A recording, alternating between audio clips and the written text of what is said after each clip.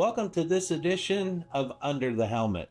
Today we have Captain Valdez from Fire Station 203 with us today, and he's going to talk to us a little bit about how he grew up in the fire service and how he provides service here in our community. So welcome, Captain Valdez. Thank you, Chief. What inspired you to serve the community as a firefighter and now a captain? Well, like every kid, I wanted to be a fireman, but obviously I didn't follow through with it like I should have. And through high school, I wanted to do other things and went to junior college and kind of mixed up with, the wrong people like most young kids do. And the motivation that I ended up getting was I saw that my older sister was going through her 4 year. And I thought to myself, okay, what am I going to do now? What am I going to do? And the true story is I was watching the news and I saw LA City working a commercial fire and the guys were up on the roof ventilating and something clicked. And from that moment on, everything changed for me and went through college and fire academy and all that. And here I am. That's awesome. That's awesome. That's interesting that it just takes that little spark that you saw something and it clicked with you, and now look at you today. You've been in the fire service for how long? 23 years here and 7 doing reserve time with other departments. So at this point, 30, I guess if you're counting, but 23 here with Rialto. Wow, that's amazing. That's amazing. So when you put the helmet on, what does it mean to you? And what does it mean to the people that you serve here in Rialto? So when I put the helmet on, I still feel the pride. And I don't think that pride ever goes away because of the time it took for me to actually get hired full time. And I think that reflects toward the guys that I work with on a daily basis. And that translates into the service that we give the community. That's awesome. You talked about your crew and some of the camaraderie things that happen just automatically from living with them basically here in the firehouse. So tell me a little bit about your crew and how do you make your day work being together for 48 hours at a time? It is a dynamic that I don't know if people understand unless you've actually worked in the fire service. Is you are living together with guys and girls, and everybody has their little nuances. Everybody has good days. Everybody has bad days. And I think since we're all kind of working toward the same goal, everybody tends to support one another if they do have issues. And we can recognize that in each other, where we've had times like, hey, what's going on? Something's wrong. And we'll have a sit down at the table and a particular crew member will say, this is what's going on. I'm having an issue with this, and more of the extended family support. And I think that's a dynamic I don't think people can understand unless you actually work in the fire service. And that is, for me, one of the things that attracted me to the fire service is that extended family dynamic that people have, together. Okay, that's great. Tell me one thing that you wish residents understood about the fire service and the services that you provide here in the community. As far as like when people do call 911, it seems like an eternity. I know it does because they're having their worst day possible. And just need them to understand that there is a series of things that the call has to go through. I know it seems we get there as soon as we can, and sometimes it takes forever, but just let them know that, when you call, we will be there. It may take a few minutes, it may take a little bit longer, but just know that someone is coming from somewhere to help you. Okay, that's great. Yeah, and a lot of folks, time tends to slow down when they're in need of our services. And so sometimes it feels to them like a very long time. Right. But then when we go back and look at the record, it's the required time or the necessary time. So how does teamwork fit into the firehouse? And how does it reflect the way the community comes together in times of need? Well, teamwork in the fire service is the biggest, factor for, to to be in a cohesive unit. And I think we all understand we have a common goal, and we all have to work toward that goal. And as far as the community, I guess you can consider us an extended family when we're together. And the community, same thing. For example, we'll go on a medical aid, and you have the neighbors that come out, and they're curious because of the fire engines and the ambulances, but I think they're more so concerned about their neighbor.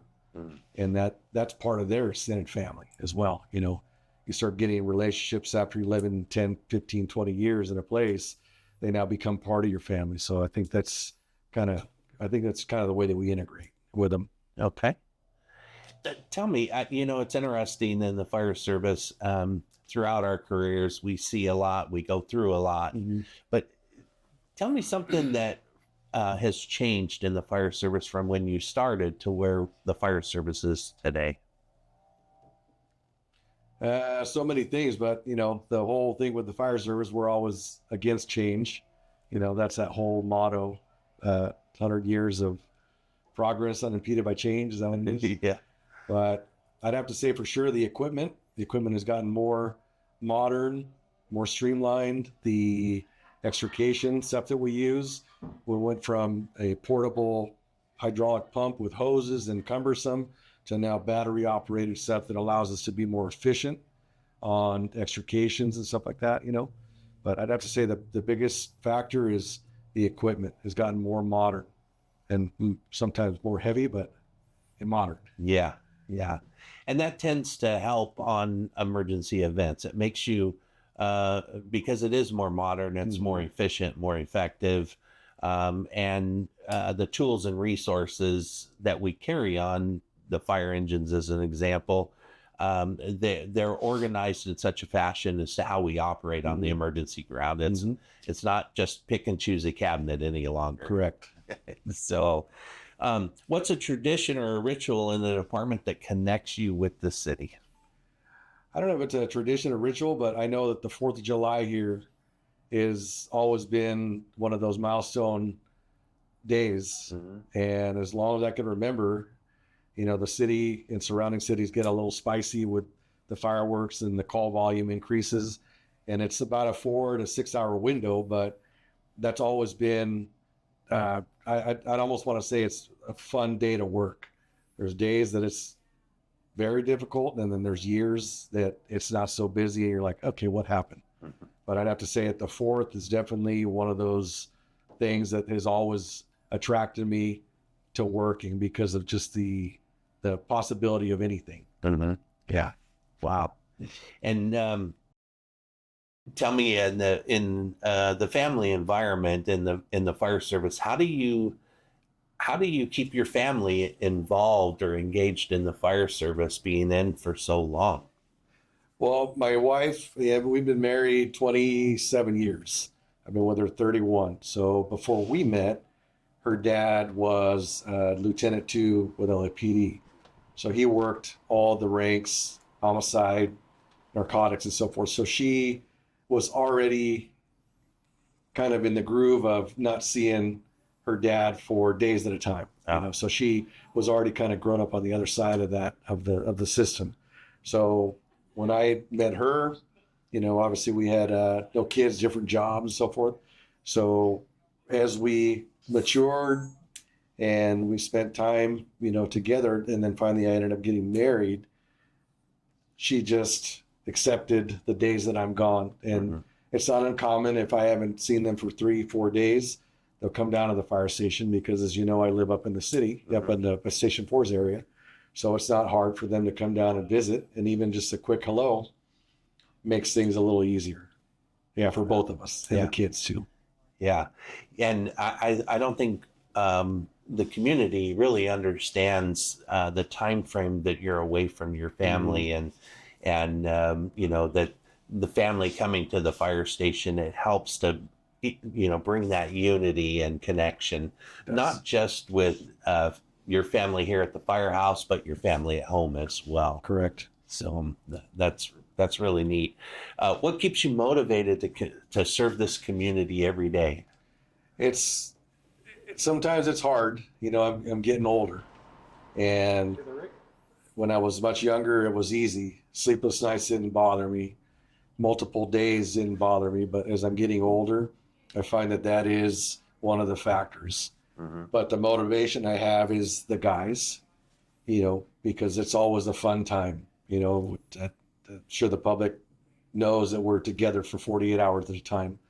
But it is always good to come to work, see the guys, ask, what they did on their days off and things like that. And sometimes their families will come down and visit, and then the calls come and we just make it a routine. And I think that's what keeps me motivated, but it also keeps me motivated to stay physically fit, because a lot of the younger guys that are, that work for me, they maintain fitness. So it's like, okay, now you're compelled to work out. Right. So right. I think that's the biggest thing that I love the most is the camaraderie that we have, but also we keep each other motivated. Mm-hmm. And as I was mentioning before, we are able to, air out our feelings to the guys, Mm-hmm. being an extended family. So the motivation is the guys for sure, my crew. Okay. All right. Speaking of that, I was wondering if you could just help the community understand the importance of the kitchen table in a fire station. Definitely, there's a lot of sayings, but the one that always sticks with me is we solve the world's problems at the kitchen table. Everybody comes in, grab the coffee in the morning, waiting for lineup, and we talk about what's going on for the day, but then everybody has their opinions on news things, and this happened and that happened. Mm-hmm. And it's actually the best time of the morning is getting together, not seeing the guys for a couple of days, and everybody just kind of rehashing and talking about certain things. And again, I think we solve the world's problems at the kitchen table. Yeah. Yeah. And it's no different in the firehouse. We True. talk about the incidents. We Mhm. talk about what's happening in other agencies, and there's a wealth of knowledge that happens at the kitchen table, it seems. Yes. For sure. Absolutely. So if you could leave one message for the community and the public watching right now about the fire service and about how you provide service with your crew here in the community, what would you tell them? This is your opportunity. Definitely, you've heard this before, smoke alarms, carbon monoxide alarms, and the most important thing that I can convey is when you go to bed, close your door at night. And the biggest reason is we've seen photos of houses that have been destroyed. That one room that the door remained closed was untouched, and it'll save your life. And that's it from Under the Helmet. I'd like to thank Captain Valdez for spending a little bit of time with us here in the community, and we'll see you next time on Under the Helmet.